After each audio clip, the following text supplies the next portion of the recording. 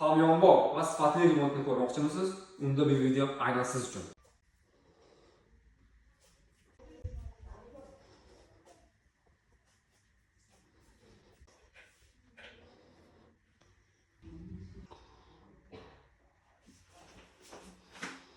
Mana shu ko'rib turgan xonadoningizga korobka holasidan shu holatga kelgunicha 72 million so'm xarajat bo'ldi.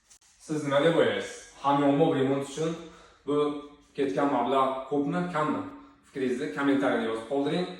Video yoqqan bo'lsa, videoga like bosib, bizga obuna bo'lishni unutmang.